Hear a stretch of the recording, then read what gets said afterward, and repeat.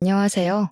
저는 평범하게 살고 있는 30대 여성입니다. 기가 막히고 코가 막히는 사연을 가지게 되어 여러분께 공유하려고 지금 컴퓨터 앞에 앉았네요.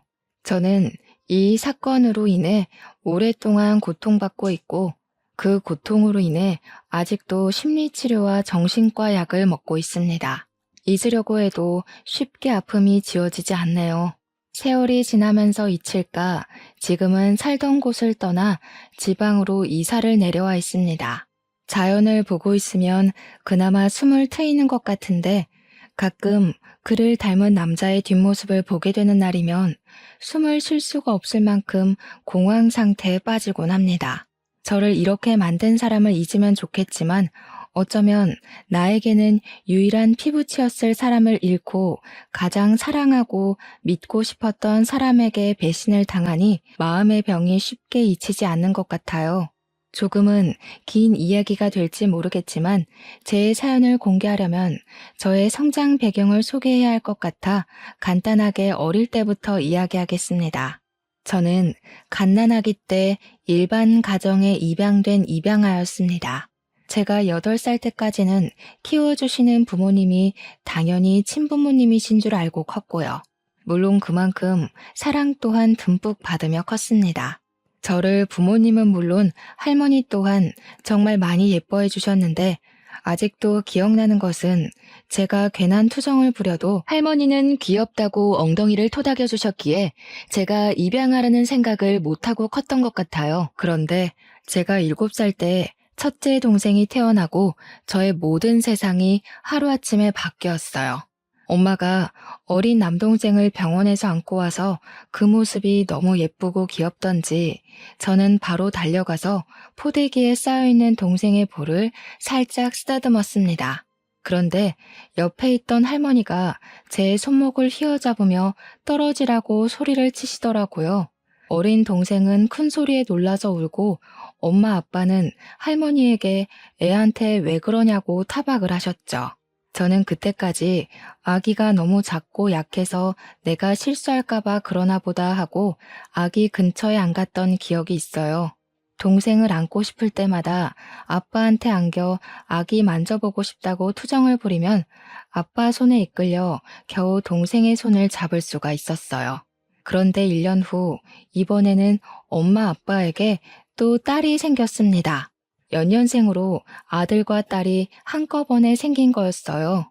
이제 동생이 저에게 둘이나 갑자기 생긴 상황이 놀랍기도 하고 당황스러웠죠. 또 만질 수 없는 애가 또 생겼으니까요. 엄마 아빠도 애 셋을 봐야 하니 부담스러우셨을까요? 그때까지 제 편을 들어주었던 엄마 아빠의 눈빛이 달라지셨어요. 저는 8살이었으니 당연했지만 너는 스스로 네 일을 해야지, 동생을 네가 봐야지 하는 요구가 늘어났습니다. 그래도 저는 드디어 동생들을 만질 수 있다는 생각에 더 신이 나서 알겠다고 잘 볼 수 있다 하면서 동생들과 놀아주었어요. 평생 혼자 살다가 남동생, 여동생이 생기니 너무 좋기도 했고 동생들이 너무 귀여웠거든요. 기저귀도 갈아보고 이유식도 먹여보고 같이 목욕도 하고 그때까지는 제 친동생이라서 제가 돌본다고 생각을 했습니다. 그렇게 그날도 동생들과 신이 나게 놀고 있는데 할머니가 집으로 오셨습니다. 현관문을 열고 들어오시며 저를 보면서 인상을 찌푸리시더라고요.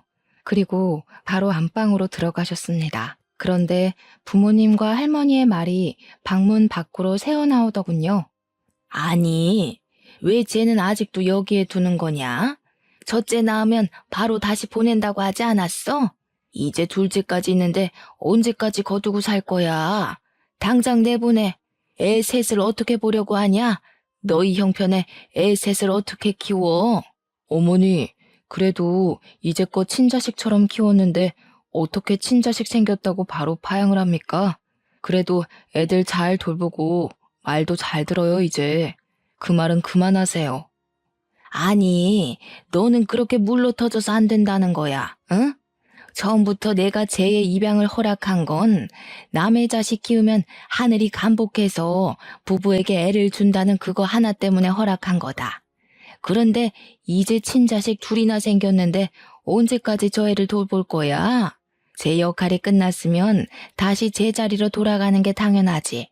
당장 돌려보내. 어머니, 제가 연년생을 한꺼번에 낳다 보니 애 둘을 한꺼번에 돌보기가 너무 힘들어요. 유라는 애들 돌보라고 시키면 되니까 그냥 두세요. 그럼 제 키우는 밥값은 하는 거 아니겠어요? 지금도 학교 다녀오면 애들 씻기고 밥 먹이고 하는 건 유라가 다 해요. 그냥 어린 보모 하나 둔다고 생각하세요. 저는 그 말을 듣고 제가 입양하라는 사실과 이 집에 아직도 남아있는 건 동생들을 돌보는 보모가 필요했기 때문이라는 것을 알게 되었습니다. 그리고 제 역할을 제대로 하지 못하면 이 집에서 쫓겨나야 한다는 사실도 알게 되었죠. 어떻게든 다시 이 집의 가족이 되려면 저는 착실히 제 역할에 충실을 해야 했습니다.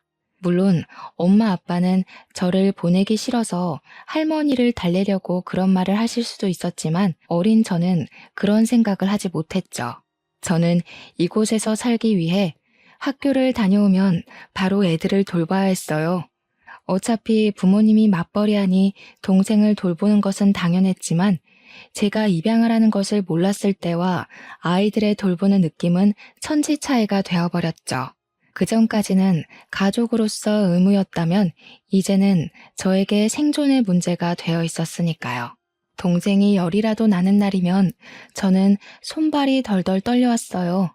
제가 잘못해서 동생이 아픈 건 아닌지, 아이를 잘 못 본다고 저를 쫓아내지는 않는지 온갖 걱정이 저를 휘감았죠. 그렇게 세월이 가고 제가 중학교 3학년 때 아빠가 갑작스러운 사고가 나시고 말았어요. 아빠가 일하시다 높은 곳에서 떨어지셨는데 엔지니어로 일을 하셨던 아빠는 회사를 더 이상 다닐 수가 없으셨어요. 어깨뼈가 심하게 다치시며 손을 높이 드실 수가 없게 되었거든요. 엄마 혼자 저희 식구들 모두 먹여 살려야 할 상황이 되자 가장 먼저 눈에 가시덩어리인 제가 눈에 밟히셨나 봐요. 할머니가 온 식구를 불러 모으셨어요. 사실 저는 할머니가 무슨 말을 꺼내실지 대충 감이 왔어요. 저를 보실 때마다 언제부터인지 할머니는 저를 감정 쓰레기통으로 사용하고 계셨거든요. 너희 이제 어떻게 할 거니?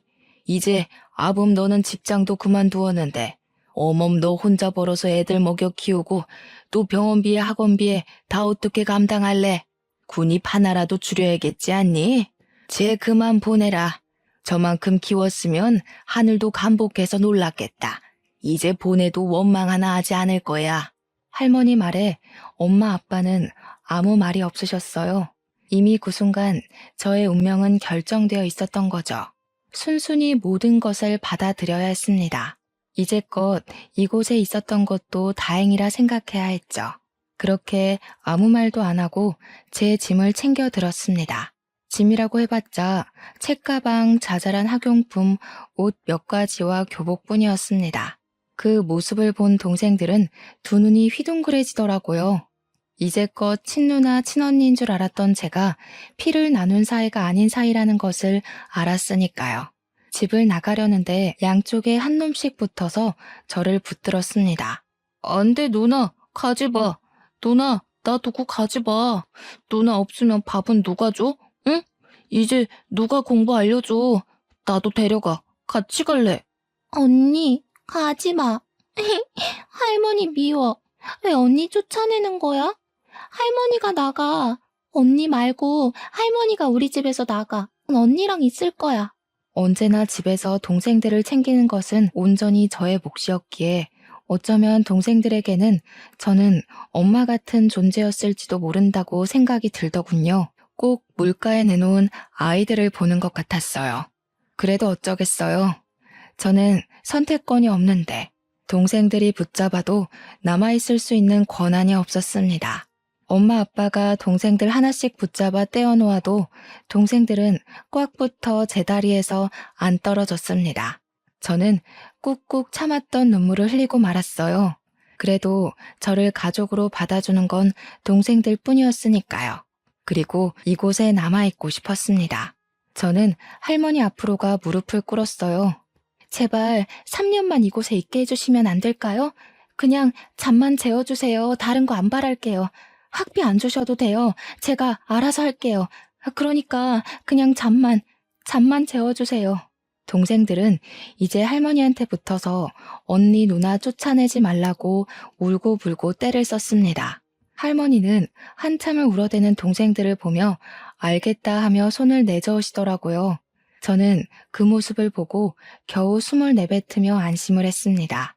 모르는 곳에서 새로운 시작을 하는 것보다 그래도 이곳에 있는 것이 더 나았으니까요. 그리고 저는 누나가 이곳에 있으려면 동생들에게 이제 스스로 챙겨야 한다고 알려주어야 했습니다. 돌보는 게 아니라 교육을 하면서 아르바이트 자리를 알아봐야 했습니다. 학비를 벌기 위해서는 다른 선택이 없었습니다. 돈을 모아 알 수 없는 미래를 대비해야 했습니다. 일단 먹여주고 재워주는 것에 감사하면서 일하고 돌아와 저녁에는 동생들을 챙겼습니다. 아직은 동생들이 스스로 챙기는 것은 무리였던지 엄마는 처음에 제가 아르바이트에 늦으면 짜증을 자주 내셨어요. 그래도 늦게라도 동생들 숙제와 공부를 꼼꼼히 봐주시니 학원비 굳었다고 좋아 보이긴 하시더군요. 그렇게 3년을 보내고 저는 바로 대학 기숙사로 들어갔습니다. 그래도 저를 위해 아빠와 엄마가 등록금을 쥐어주셨습니다. 가끔은 들려서 밥을 먹고 가라고 말도 남기시면서요. 저는 두 분을 꽉 끌어안았어요. 그래도 전 아직 그분의 딸이었던 겁니다. 그동안 버림받은 것 같아 서러웠던 마음이 눈 녹듯이 녹아내렸어요. 나중에 더 삶을 살아보고 알 수 있었지만 부모님도 저를 지키기 위해 많은 노력을 하셨습니다. 남의 자식을 데려와 친자식처럼 키우는 게 쉽지 않잖아요. 그렇게 집을 떠나고도 저는 열심히 살아야 했어요. 사회에 나오니 진짜 제가 혼자라는 것을 알게 되었습니다. 꼭 제가 초저녁에 혼자 떠있는 샛별 같았어요. 허허벌판에 외롭게 서 있는 기분 같았습니다. 이를 꽉 물고 버티고 또 버티며 대학을 졸업하고 회사를 들어갔습니다. 패션 회사에 다니면서 돈을 버니 그나마 생활이 안정되고 이제 저도 행복이 찾아올 것 같았죠. 뛰어난 실력은 아니었지만 그래도 작은 성과를 내며 꽤 인정을 받았습니다. 그렇게 그런저런 생활을 하던 중 그 일을 맞이했습니다. 하루는 회사에서 급하게 저보고 출장을 다녀오라는 겁니다. 뉴욕으로 말입니다. 원래 제가 가야 할 출장이 아니었지만 담당자가 급성 장염이 걸리며 병원에 있다고 말했죠. 저는 급하게 제 짐도 못 챙기고 회사의 옷이 담긴 캐리어를 끌고 출장을 다녀와야 했어요. 너무 급하게 챙겨서 캐리어의 상태를 살필 겨를 없어서였을까요? 겨우 낑낑거리며 캐리어를 밀고 가는데 어떤 신사분이 다가와 도와줄까요? 하고 물어보는 겁니다. 어이구, 바퀴가 고장나신 것 같은데 제가 도와드릴까요? 어디까지 가시나요? 제가 들어드리겠습니다. 택시 승강장으로 가시면 되나요? 어휴, 뭐가 들어있길래 이렇게 무겁죠? 여성분이 혼자 들기 힘들겠어요. 남자분은 훤칠한 키에 다니엘 헤니를 뺨치게 이국적으로 생긴 젠틀맨이었어요. 외모도 호감이 갔지만 친절하기까지 해 호감이 안 갈 수가 있나요? 아, 감사합니다. 정말 난감했거든요. 네, 택시 승강장까지만 도와주시면 될 것 같아요. 회사 물건이 들어있어요. 캐리어도 회사 비품이다 보니까 관리가 안 되어서 고장이 난 줄 몰랐네요. 감사해서 어떻게 하죠? 남자는 저를 향해 싱긋 웃어 보였습니다. 그 미소가 얼마나 매력적이던지 순간 심장이 콩닥였죠. 그랬군요. 저는 가방이 하도 크길래 이민 오시는 줄 알았어요. 회사 가방이셨군요. 이렇게 무거운데 여자 혼자 보내다니 너무하네요. 제가 아니었으면 큰일이었겠어요. 그는 택시 트렁크까지 가방을 친절하게 넣어주었습니다. 감사하다고 남자에게 인사를 남기고 택시를 타서도 택시 뒷창으로 그를 힐끔거리면서 쳐다봤어요. 괜히 연락처라도 물어볼 걸 하는 아쉬움도 남았어요. 그렇게 며칠을 지나지 않아 저는 다시 그 남자를 만났습니다. 그때 저는 회사 직원들과 회사 앞 카페에서 커피를 마시러 들렀을 때였습니다. 한참 커피를 주문하고 있는데 뒤에서 하는 소리에 돌아보니 바로 그 남자가 테이블에 앉아 있는 겁니다. 저는 너무 반가운 마음과 저를 한눈에 알아본 그를 보고 깜짝 놀랐죠. 그때는 정말 아주 잠깐이었으니까요. 저는 회사 직원들에게 먼저 가라고 하고 그에게 다가갔습니다. 어머, 이곳에서 다 뵙네요? 여기는 무슨 일 때문에 오신 거예요? 그때 도와주셔서 정말 감사해요. 덕분에 큰 문제 없이 다시 회사로 돌아왔습니다. 다행이네요. 안 그래도 그렇게 보내놓고 정말 걱정이 많았거든요. 그런데 이렇게 또 만난 거 보니 우리 혹시 운명인가요? 우연히 반복되면 운명이라고 하잖아요. 그는 그렇게 이야기하며 저를 보고 씩 웃는 겁니다. 정말 이국적으로 생긴 또렷한 이목구비가 제 눈에 한눈에 들어왔죠. 사람이 이렇게 잘생겨도 되는 건지 의심이 될 정도였어요.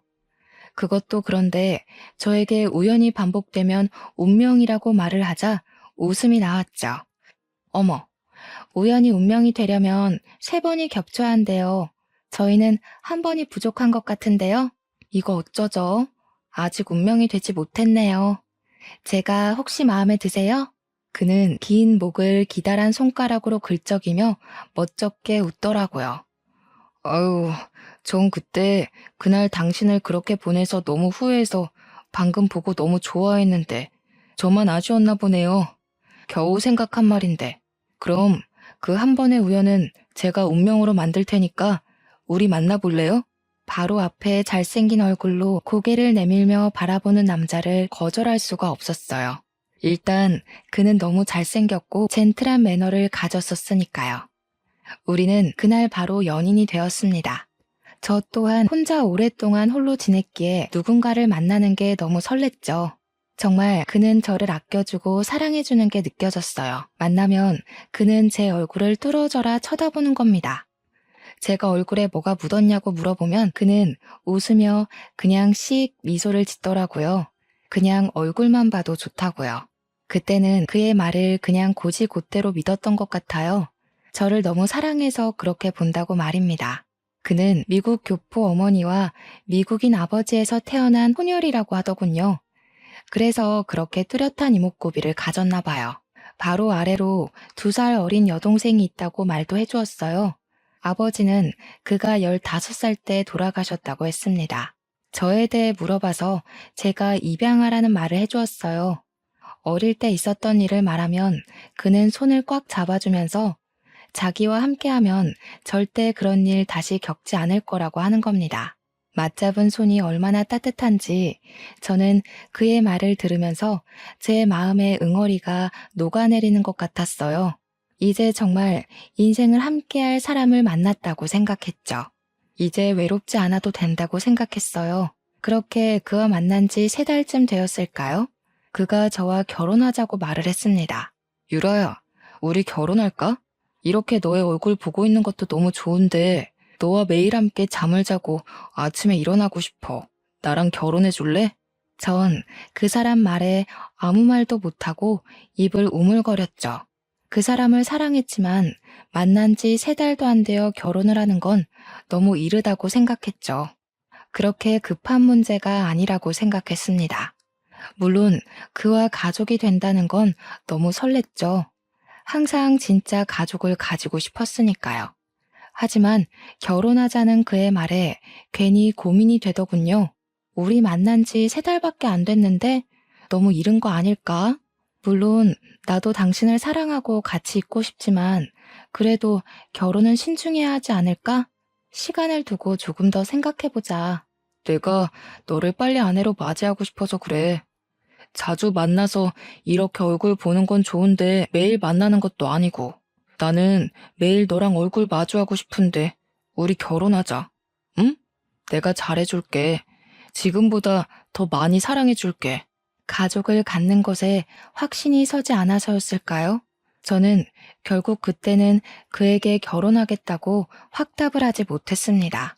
아무리 생각해도 만난 지 3달 만에 결혼하는 것은 이른 것 같았어요. 주위의 동료에게 물어보니 결혼정보 회사를 통해 만나 결혼하는 경우에는 딱 3번 보고 결혼하는 경우도 있다고 하더군요. 아는 사람은 한 달 만에 결혼해서 10년 넘게 잘 살고 있다. 사람마다 케바케다. 이렇게 말을 하는 겁니다. 그때 당시 정말 고민을 많이 했습니다.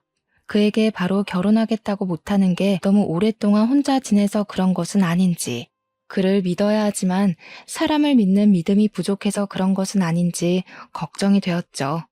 하지만 저를 간절히 바라는 그를 배신하고 싶지 않았어요. 그 또한 쉽게 꺼낸 말이 아닐 테니까요. 저는 그와 만나서 결혼하자 하고 말했습니다. 그는 활짝 웃으며 저를 꽉 끌어안았습니다. 정말? 우리 진짜 결혼하는 거지? 사랑해 유라야, 내가 정말 잘할게. 진짜 좋은 남편이 될 수 있어. 나 정말 노력할 거야. 우리 그럼 결혼식은 언제 올릴까? 아니다. 결혼식이야 언제든 할 수 있으니 혼인신고부터 할까? 그는 그렇게도 저와 결혼하는 게 좋았던 걸까요? 저는 너무 앞서가는 그의 손을 꽉 잡았습니다. 진정 좀 해. 일단 부모님들께 결혼 허락을 맡아야지. 아무리 둘이 하는 결혼이라도 부모님께 알리고 서로 인사하고 그래야 하잖아. 결혼식은 그 다음에 하는 거야. 이렇게 번갯불에 콩 구워 먹듯이 후딱 치르는 결혼은 못하겠어. 그의 얼굴이 순식간에 뒤틀렸습니다. 그렇게도 저와 결혼을 하고 싶었던 건지 그는 고개를 숙이고 한참을 고민했습니다. 그러다가 나직이 긴 숨을 내뱉었습니다. 알겠어, 그럼. 부모님 만나면 정말 바로 결혼하는 거야?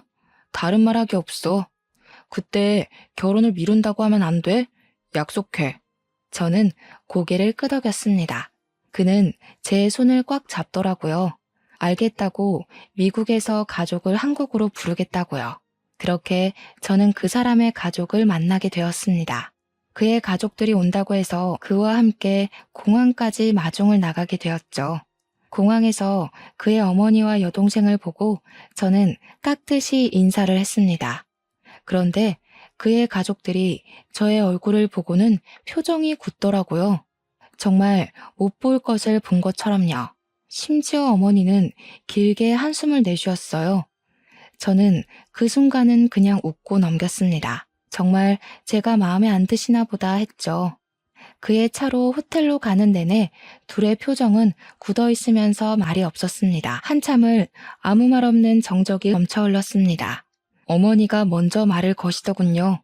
혹시 집은 어디 있나요? 부모님은 계시나요? 형제는 있어요? 그동안 어떻게 지냈어요? 태어난 연도하고 생일은 어떻게 되나요?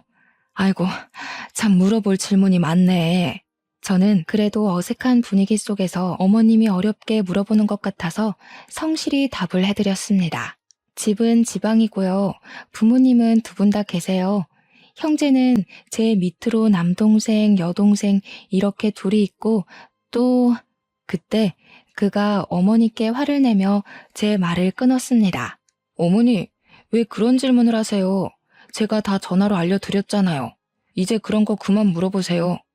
이 사람 불편하게 왜 그런 질문을 하는 거예요? 유라야, 내가 다 말씀드렸어. 이제 그만 말해도 돼. 다시 차 안에 어색한 침묵이 흘렀습니다. 저는 당시에 가족 사이가 나쁜가 보다 하고 넘겼습니다. 그리고 그가 정말 제가 불편할까봐 그런 거라고 생각을 했죠. 호텔로 내려다주고 돌아가는 길에도 그는 제 손을 꽉 잡고서 기분 나쁘진 않았는지 또 물어보더라고요. 이렇게 저를 챙겨주는 게 고맙기만 했죠. 그렇게 가족이 모인 상견례가 시작되었습니다. 저는 엄마 아빠를 몇 년 만에 뵙는 거였어요. 그동안 삶이 바쁘기도 했고 왠지 가족에서 떨어져 나간 것 같았거든요. 그런데 두 분은 흔쾌히 저의 상견례에 와주시고 사위가 잘생겼다 하고 잘 살라고 축복을 내려주셨습니다. 남편이 정말 훤칠하게 잘생겼더라. 이놈 아빠 보고 자라서 얼굴만 보고 남편감 고른 거 아니지? 잘 살아. 그리고 불러줘서 고맙다. 저는 아빠를 꽉 껴안아드렸어요. 와주셔서 너무 감사해요. 자주 못 가서 너무 죄송해요. 정말 잘 살 거예요. 걱정하지 않으셔도 돼요. 그동안 키워주셔서 정말 감사해요. 엄마 아빠는 제 손을 꽉 잡아주시며 토닥이셨습니다. 미안하다 유라야. 그때는 정말 우리가 사는 게 팍팍해서 너의 마음까지 챙길 여유가 없었어. 너에게 그렇게 대하면 안 된다는 걸 알면서도 먹고 사는 게 급급했다. 서운한 거 다 털어버려라. 저는 네라고 대답하고 고개를 끄덕였습니다. 이렇게 가족들과 상견례를 치르니 정말 이제 저도 그의 가족이 된 것 같았어요. 그렇게 저희는 이제 본격적인 결혼 준비를 하게 되었습니다. 그런데 이번에 그는 혼인신고를 하자고 하는 겁니다. 유라야, 우리 어차피 결혼할 거 일찍 혼인신고를 하면 어떨까? 조금 일찍 해도 좋을 것 같은데. 우리 혼인신고하고 당당하게 법적 부부가 되자. 물론 결혼 후 혼인신고를 하게 되겠지만 결혼식장도 잡지도 않았는데 너무 이른 선택 같았어요. 그래도 그건 너무 성급하게 하는 거 아닐까? 결혼식 후에 해도 늦지 않잖아. 천천히 하자. 일단 결혼식 준비하는 거에 집중했으면 하는데 결혼하기 전에 신경 쓸 게 너무 많잖아. 네가 나를 버리고 달아나 버릴까 봐 그래. 혼인신고 먼저 하자. 요즘 보면 혼인신고하고 먼저 살다가 나중에 결혼식 올리는 사람도 많던데.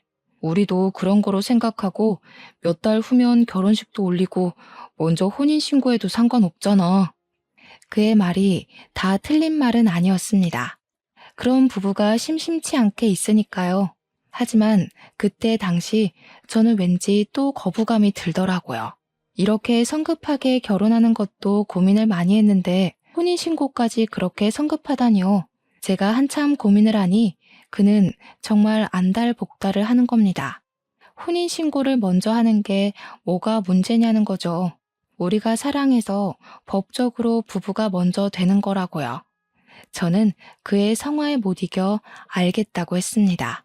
그래도 그 사실을 부모님과 그의 가족에게는 알려야 할 것 같아 전화로 연락을 드렸습니다. 그런데 예비 신우가 질겁을 하는 겁니다. 그러지 말라고요. 저는 너무 당황스러웠지만 왜 그러냐고 말을 못 하겠더라고요. 상견례 전에도 저를 별로 달가워하지 않았으니 혼인신고도 환영하지 않는 거라고 생각을 못했습니다. 회사에서 퇴근하려고 준비를 하는데 예비 신우에게 전화가 왔습니다. 회사 앞 카페에 있으니 나오라고 하더라고요. 그래서 저는 카페로 갔습니다. 굳은 표정의 신우가 카페에 앉아 있었고요. 제가 앉자마자 예비 신우는 당장 이 미친 결혼을 그만두라고 하는 겁니다. 언니, 당장 이 미친 결혼 그만두세요. 그러다가 언니 정말 후회해요. 오빠가 왜 이 결혼을 하는 거라고 생각하는 거예요? 언니를 사랑해서 하는 것 같아요? 설마 그렇게 생각하는 건 아니죠? 저는 당황해서 말을 못하고 입을 뻥끗거리고 있었어요. 아무리 마음에 안 든다고 저렇게 말할 것까진 없잖아요. 그때 그가 어떻게 알았는지 저희에게 다가와 저의 손을 와락 잡아서 자리에서 일으켜 세웠어요. 너 무슨 말이 그래? 유라에게 왜 결혼을 그만두라고 하는 거야? 내가 유라를 사랑하지 그럼 안 그렇다는 말이야? 이런 말 할 거면 너 당장 미국으로 돌아가. 그의 여동생은 그를 날카롭게 쏘아보더라고요. 내가 왜 오빠가 이 언니 만나는지 모를 것 같아? 오빠 아직도 그러는 거지? 아직도 안 고쳐진 거야? 그렇지. 오빠가 이 언니랑 결혼하는 거 제니퍼 때문이잖아. 그의 손이 예비 신우의 뺨을 날카롭게 지나쳐 갔습니다. 너무 놀라 손으로 입을 막고 두 눈을 동그랗게 뜨는 사이에 저는 그의 손에 이끌려 카페를 나서고 있었습니다. 그에게 이끌려 차에 태워지면서 그에게 제니퍼에 관해 묻고 싶었지만 그의 얼굴을 보고 입을 다물었습니다. 당장이라도 폭발할 것처럼 시뻘개져 있었습니다. 그의 손에 이끌려간 곳은 그의 집이었어요. 만남이 짧아서인지 지금까지 사귀면서 그의 집은 처음 가봤어요. 이제 곧 있으면 이곳은 저희 신혼집이 될 곳이었죠. 그는 집에 오자마자 저를 와락 끌어안았습니다. 저를 품에 안고 온몸을 잘게 떨고 있었습니다. 미안. 난 정말 너를 놓치기 싫은데 이렇게 보기도 아까운데 우리 가족은 나의 결혼을 받아들이기 너무 싫은가 봐. 난 유라 너만 있으면 돼. 그럼 우리 가족도 버릴 수 있어. 내 옆에 있어 줄 거지? 저는 그의 등을 토닥였습니다. 저를 간절히 바라는 그의 마음을 잘 알 것 같았어요. 저도 그와 같은 마음이었으니까요. 세상 천지에 저에겐 그밖에 제 편이 없었으니까요. 알아. 나도 당신 마음 다 알아. 나도 당신만 있으면 될 것 같아. 그러니까 가족을 버린다고 하지 마. 혼자는 너무 외로워. 내가 직접 겪어봤잖아. 내일 당장 혼인신고하러 가자. 우리가 법적으로라도 이어져야 우리 가족이 더 이상 우리를 갈라놓지 못하지. 오늘은 이곳에서 자고 내일 아침에 바로 가서 혼인신고하자. 알겠어. 내일 당장 하자. 당신이 원하면 나도 좋아. 그러니까 이제 동생한테 손찌검하지 마. 나 아까 너무 무서웠어. 그는 저를 꽉 끌어안고 알겠다고 하더군요. 내일이면 그와 정말 부부가 된다고 생각하니 마음이 뭉클해지더군요. 그동안의 걱정이 참 무색해졌습니다. 그렇게 그의 집에 하루를 보내게 되고 이제 우리의 신혼집이 될 집을 구경하게 되었어요. 그렇게 안방의 옷장 문을 열었는데 하얀 웨딩드레스가 들어있었죠. 저는 정말 깜짝 놀랐어요. 순간 소름이 돋아 올랐던 것 같아요. 옷장에 있는 웨딩드레스라 참 기묘하게 다가오잖아요. 누가 옷장에 웨딩드레스가 있을 거라고 생각이나 했겠어요.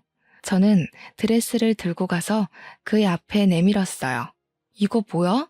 언제 이걸 준비한 거야? 혹시 내 거야? 이걸 왜 옷장에 넣어둔 거야?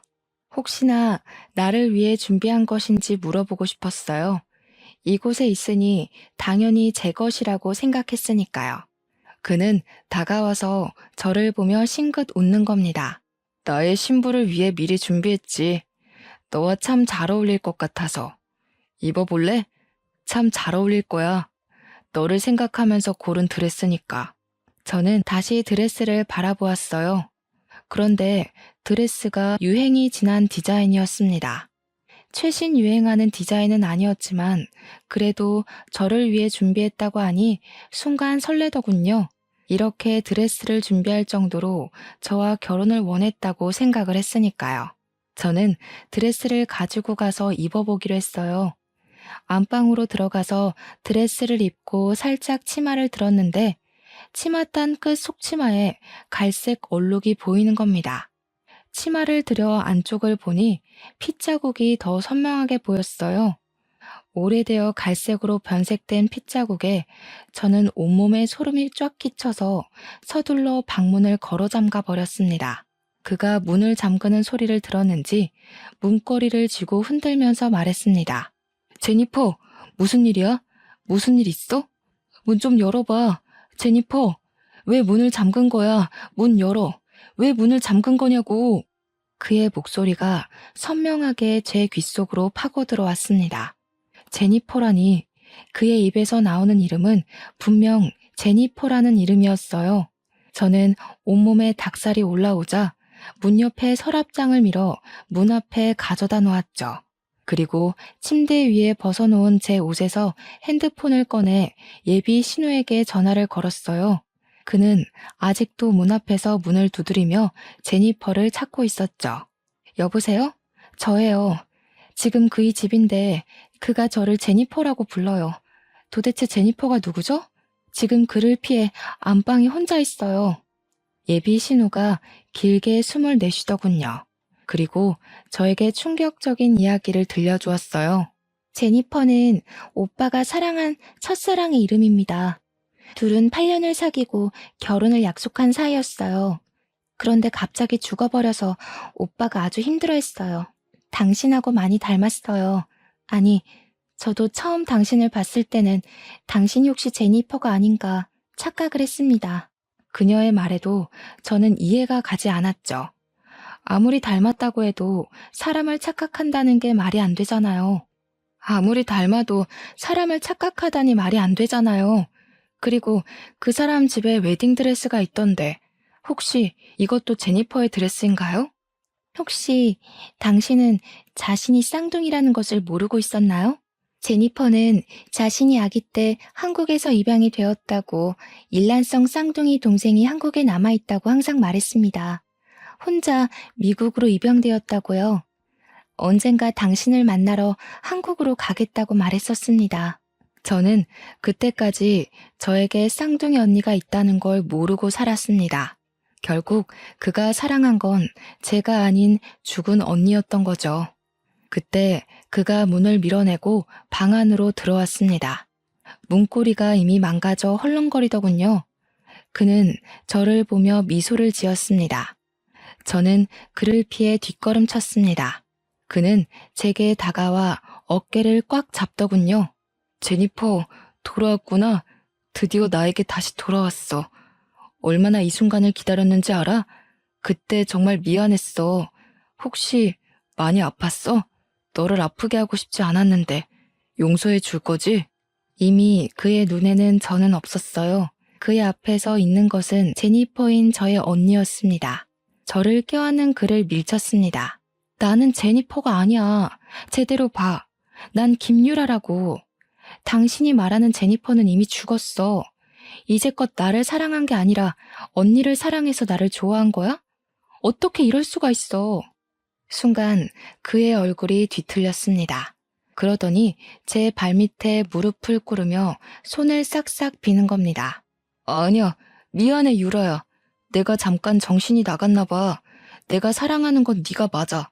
착각하지 않았어, 정말이야. 내가 너를 얼마나 원하는데. 저는 그 순간 그에게 벗어나야겠다고 생각하고 밖으로 뛰쳐나갔습니다. 그는 뒤에서 저를 확 잡으면서 놓지를 않더라고요. 그리고 그대로 포개져 바닥으로 꼬꾸라져 쓰러졌습니다. 그는 저를 위에서 짓누르며 얼굴을 바짝 들이밀었습니다. 나에게서 도망 못 가. 왜 나를 벗어나려고 하는 거야? 내가 너를 얼마나 사랑하는데. 너도 제니퍼도 왜 날 도망가려고 하는 거야? 내가 얼마나 사랑해줬는데. 미쳤어. 너는 미쳤어. 이게 사랑이야? 이건 사랑이 아니야. 집착이지. 언니를 도대체 어떻게 한 거야? 이 드레스는 도대체 뭐냐고. 그는 저의 어깨를 강하게 짓누르며 저의 귀에 작게 속삭였습니다. 나랑 결혼하기 싫다고 해서 영원한 나의 신부로 만들었지. 이제 네 차례야. 유라야, 나를 벗어날 생각하지 마. 저는 두 눈을 날카롭게 뜬 그를 보며 온몸을 벌벌 떨어야 했습니다. 그의 손은 목을 틀어쥐고 있었습니다.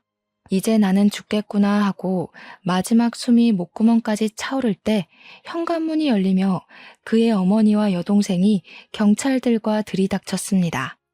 경찰들은 제 위에 있는 그 사람을 끌어냈습니다. 결국 그는 현행범으로 바로 경찰서로 끌려갔습니다. 저는 그곳에서 그의 여동생에게 그 전에 언니에게 있었던 일을 모두 들을 수가 있었습니다. 언니와 그는 고등학교에서 만난 사이였다고 합니다. 고등학교 때까지 8년간 사귀었던 두 사람은 각자 다른 대학을 다녔던 몇 년을 제외하고 거의 곁에 붙어 있었다고 합니다. 문제는 대학 졸업 후 그와 다시 만난 후부터 있었다고 합니다. 언니는 사교성이 뛰어나 주위에 사람이 넘쳐났다고 합니다. 그는 그것을 항상 못마땅하게 생각했나 봐요.